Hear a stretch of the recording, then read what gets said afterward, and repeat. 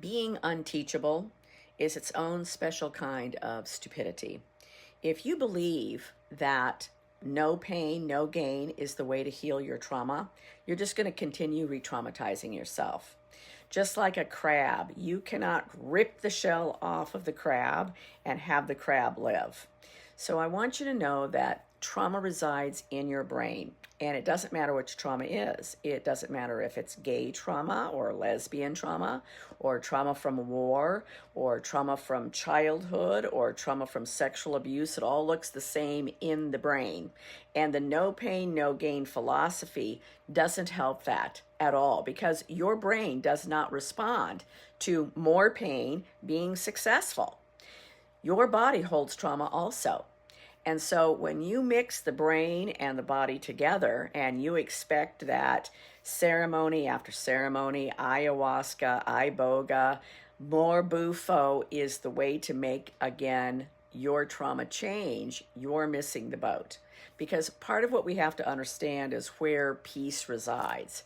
And part of where peace resides is understanding our own thinking, the reality that we live in. I was trained as a paramedic and a critical incident debriefer. And I learned early on that having an outer shell that was hard was going to work, but I also needed to keep my compassion and my empathy, and I needed to keep my ability to have connection, good human connection with other people. So there is a place to have that outer shell as you need it.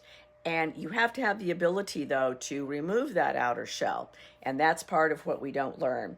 So I tell a lot of my military men that come to me, if you have been trained that it's going to be powering through and more pain, more pain, more pain, and you're going to somehow get to the end of what it is that's traumatized you, that's probably not going to be very successful.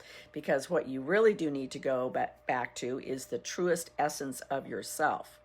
And the truest essence is of ourself can only respond so many times to the trauma in our lives and seeing things and hearing things and being around things that are not in alignment with us. Those of us that have chosen careers, though, where we need to see those things and we need to be around those things to actually help other human beings, we also have to be trained in a way that allows us to be able to shed our armor that protects us during those particular times of engagement.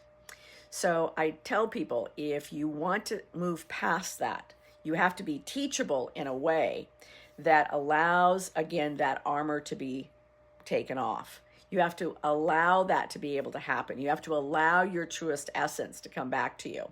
You have to allow your heart and your mind and your body to all reconnect. That's the thing that psilocybin in ceremony does for you. Thanks so much for sharing this time with me this morning.